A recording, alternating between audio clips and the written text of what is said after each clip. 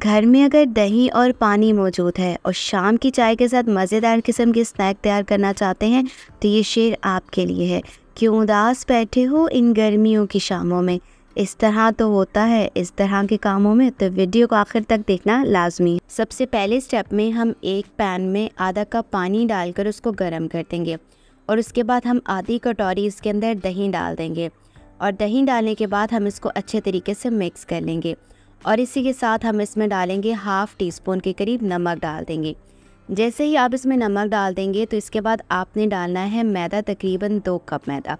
दोनों चीज़ों को डालने के बाद आपने फ्लेम को बंद नहीं करना, बल्कि आपने लकड़ी के चम्मच से इसको अच्छी तरीके से मिक्स करते चले जाना है।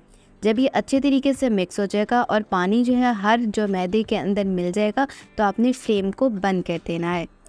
फिर क्या करना है कि थोड़ा सा ठंडा करने के बाद आपने उसी बर्तन के अंदर जो है वो एक दफ़ा हाथों की मदद से इस डो को सख्त कर लेना, जिस तरह से आपको नज़र आ रहा है।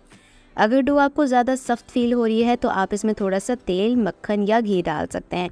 तो फाइनली जी हमारे पास कुछ इस तरीके से जो डो है वो तैयार हो चुकी है। जितनी अच्छे तरीके से आप डो गूंदेंगे उतनी ही ज़बरदस्त रेसिपी तैयार होगी।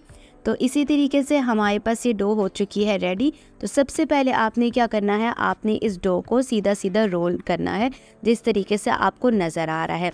तो इसके बाद आपने जो है इसके छोटे छोटे से जो है हिस्से काट लेने हैं ताकि आप इसके पेड़े बना सकें।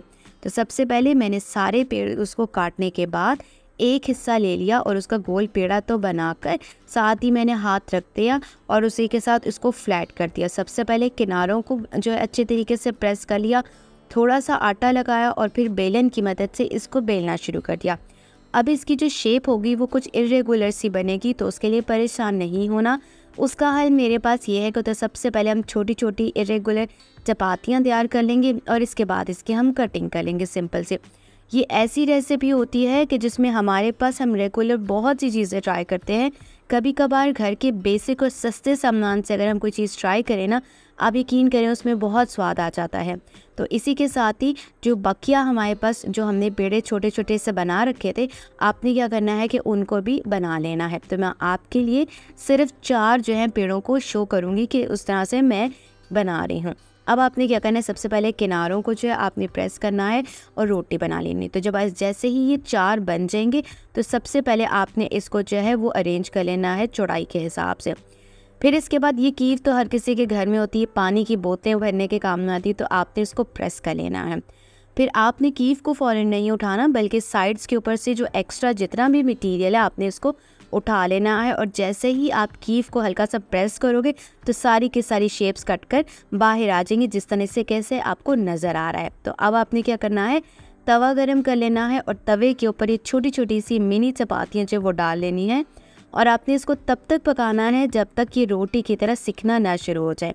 अब जैसे ही मुझे लगा कि दोनों साइड्स हो गई तो मैंने थोड़ा थोड़ा सा जो वो मक्खन लगाना शुरू कर दिया। मक्खन नहीं है तो आपने घी का या तेल का इस्तेमाल कर लेना। तो इसी के साथ ही घर में ये उबले हुए आलू पड़े हुए थे काफ़ी दिनों पुराने, तो मैंने ये सोचा काफ़ी सॉफ्ट हो गए तो थोड़ा मक्खन इसके ऊपर लगाकर मैंने तवे पे इसको सेक डाला।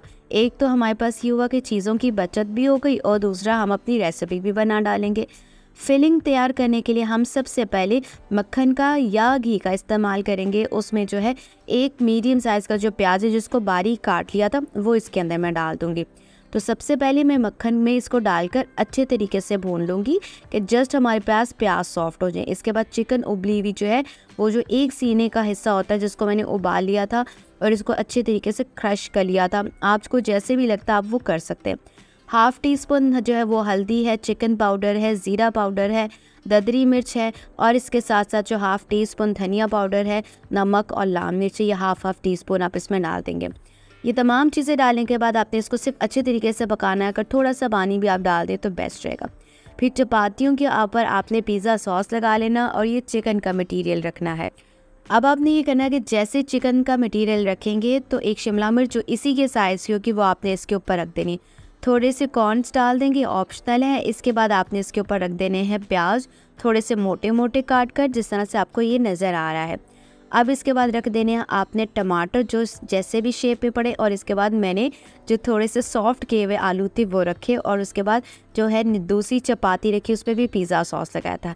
लास्ट में मैंने क्या किया कि इसके ऊपर थोड़ी सी मोज़रेला चीज़ डाली, क्योंकि वो काफ़ी ज़्यादा लचकीली होती है, और इसके ऊपर जो है थोड़े से ऑलिव्स के साथ थोड़ी ओरिगेनो या मिक्स हर्ब्स आप इसके ऊपर डाल सकते हैं। अगर ये दोनों चीज़ें नहीं हैं तो आप इसके ऊपर चिली फ्लेक्स डाल सकते हैं। आप माइक्रोवेव भी कर सकते हैं, पतीले में भी रख सकते हैं या ओवन में भी रख सकते हैं। जस्ट आपने चीज़ को मेल्ट करना है। तो इसी के साथ मज़ेदार किस्म का चपाती बर्गर जो है वो तैयार हो चुका है। उम्मीद है कि सस्ती रेसिपी पसंद आएगी। नेक्स्ट वीडियो के लिए अल्लाह हाफ़िज़।